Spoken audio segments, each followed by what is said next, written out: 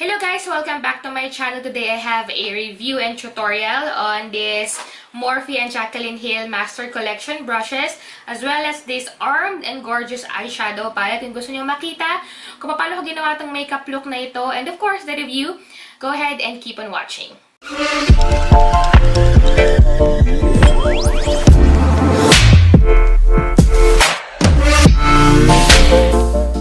So guys, pasensyahan nyo yung boses ko dito sa video na to kasi meron pa akong sakit and nagre-recover pa rin ako ngayon. So pagpasensyahan nyo na. So yep, let's go ahead and start with the tutorial. Unfortunately guys, my camera stopped recording kasi naubusan ako ng battery. So sorry, hindi ko na-film nung naglalagay ako ng foundation. Pero ang ginamit ko is itong NARS Natural Radiant Longwear Foundation together with this JH03 foundation brush. And in fairness guys, I love how it looks like on my face right now using this brush kasi hindi talaga ako gumagamit ng foundation brush. Pagdating sa foundation, ang ginagamit ko talaga is sponge. So, in fairness, I love how it looks right now. And maganda tong brush niya kasi soft siya, tsaka dense. Parang ba-explain? Basta yung brush niya or yung mga bristles ng brushes is sobrang compact ba? Tawag. Basta dikit-dikit talaga sila na alam mong hindi siya yung absorbin lang nung brush. Talagang makikita mo talaga na andyan yung coverage kahit na gumamit ka ng brush. So, sa dinami-dami nyo itong mga brushes niya, walang eyebrow brush. Wala ring eyebrow na spoolie. Alam niyo yun, yung dual-ended na merong eyebrow brush tapos spoolie sa kabilang side. Wala.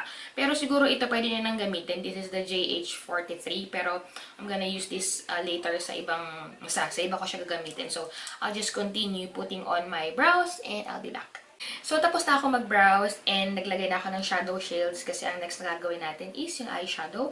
I will use this Armed and Gorgeous Eyeshadow Palette dun sa Morphe and Jacqueline Vault Collection. So, let's go ahead and begin. So, ang first shade na gagamitin ko is itong shade na Agent and I will use this JH30 na brush para sa ating transition shade. So, ayan. Next, I will use the shade Top Secret, and this is like an army green na shade, and I will use this JH31. Natakot ako kasi it's the first time na gagamitin ko to sa crease. So, let's hope na magiging maganda yung kalabasan nitong eyeshadow look na ito.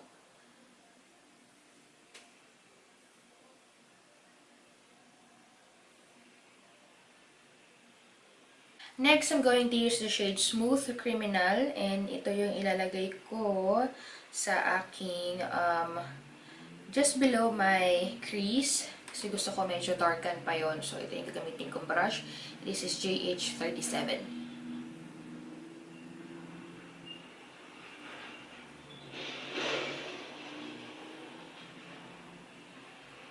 Next, I will use the shade Classified and I will use this JH41 na brush. So, tingnan natin kung magiging maganda yung pag-pick up nitong brush. Kasi itong shade na Classified, para siyang pigment. Ano tawag doon? Pressed pigment.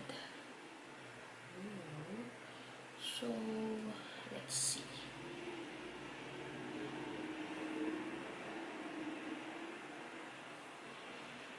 So, itong shade na to, makikita niyo may mga fallout siya. Kasi I think this is a pressed pigment, kaya ganyan siya. And, yung pag-pick up nitong brush, so lang, okay lang siya. Pero, let's try to spray some Fix Plus. Tapos, kung hindi pa rin ganun kaganda yung pigmentation niya, I will use my fingers para ilagay na lang sa aking eyelids. So, nag-spray na ako ng konting spray. Ang gamit ko is itong ColourPop na setting spray para lang mabasa yung brush. And then, let's try to do this one more time. Okay, mas naging pigmented siya. Hindi ko alam kung napansin nyo. Pero, up close, yeah, mas naging maganda yung pigmentation niya. Kung basa yung brush. Next, I will use the shade Prowl. Hindi ko alam kung tama yung pagka-pronounce ko, pero ito yung lalagay ko sa aking outer V.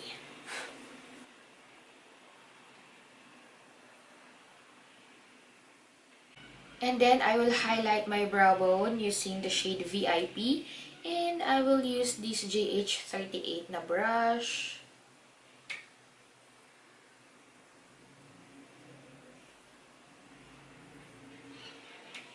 So, naglagay na ako ng concealer and I will blend it out using this JH08 na brush.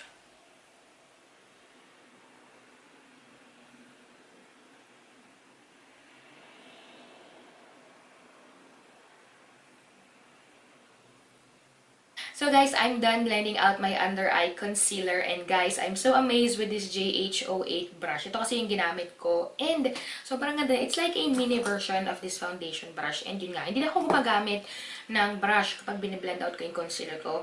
Gumagamit talaga ako ng sponge. Pero this one, I like it. Kasi sobrang, parang masalang naging maganda yung coverage niya. Diba? Ewan ko, I love it. Next, to set my under eye area, I will use this brush, JH07. And I have here my Coty Airspun. Grabe, bumalik ako dito sa powder na ito. Tapos, nung ginamit ko siya, parang, oh my God, alam ko na kung bakit ko siya nagustuhan before. Ang ganda-ganda niya. Ang ganda ng coverage niya. And it works sa aking dry skin. Tapos, talagang tumatagal yung makeup ko kapag ito yung ginagamit kong pang set. So, hindi ako magbe-bake. Ilalagay ko lang, or isiset ko lang talaga yung aking under eye area using this brush.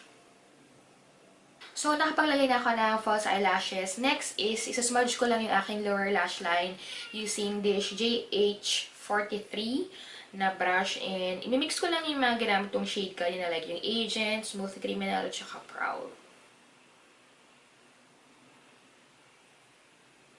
Next, maglalagay tayo ng bronzer. And kung hindi nyo alam, ang favorite kong pang bronze ngayon is itong Sigma Large Powder Brush. Kasi gusto ko na fluffy siya. Alam niyo ba yun?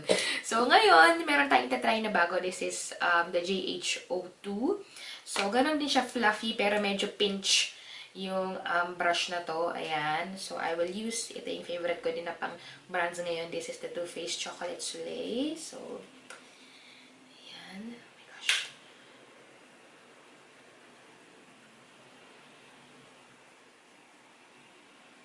Next, I'm going to contour my nose, and I'm using this JH33 na brush.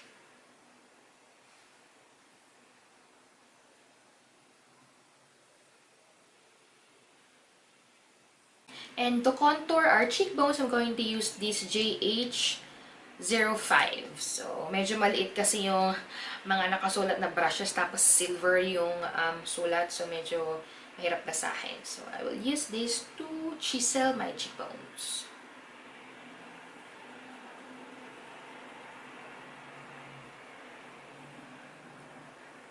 For blush, I will use this Note Cosmetics na blush together with this JH04 na blush brush. Hindi ko alam actually kung blush brush to, pero mukhang blush brush. So, ito na yung gagamitin ko. And let's go ahead and put some blush. For highlighter, I will use this Essence Pure Nude together with this JH09 na brush.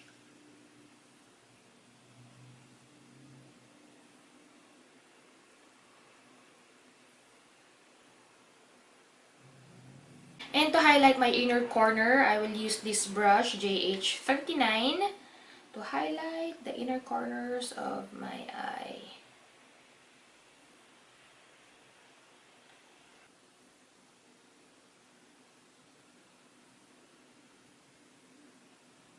So, dito sa kanyang collection ng brushes, ang nagamit ko lang is 18 na brushes. Hindi ko nagamit lahat. And most of them are eye brushes, of course.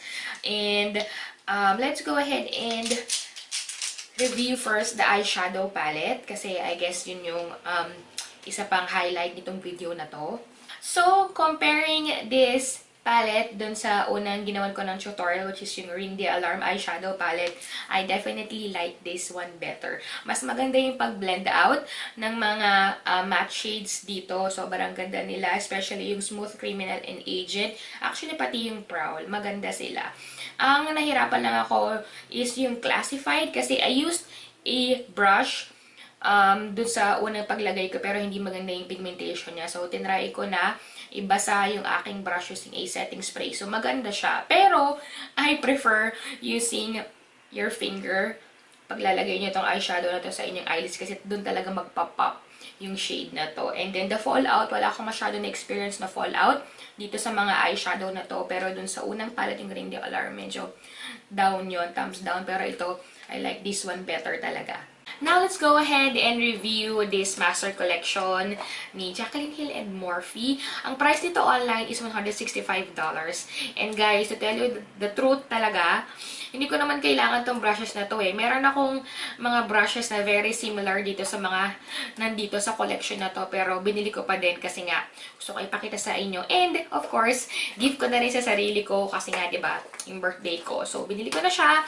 And yung packaging niya is very elegant, very Jaclyn Hill. Silver and glitters. And yung mga brushes is silver and white naman. And guys, alam nyo ba na yung ibang brushes daw dito is meron na sa collection ng Morphe. Parang inibilang yata nila yung kulay kasi nga parang sinama lang nila dito sa collection na to. So, yun nga. Nakita nyo naman kanina, hindi ko nagamit lahat ng brushes. So, I suggest na bilhin nyo na lang yung mga eye brushes na separately kasi alam ko, binibenta rin nila yung separate like eye brushes and then face brushes. So, kung more on, mahilig kayong mag-eyeshadow, go ahead and buy the eye brushes. Kung mahilig naman kayong sa mga foundation, ganyan, go ahead and buy those face brushes naman. Pero, kung nagsa-start pa lang naman kayo sa makeup and gusto nyo lang mag-explore muna sa makeup, I highly suggest na i-try nyo muna yung mga ibang brush set ng Morphe kasi mas affordable yun. And magaganda naman talaga kasi yung brushes nila.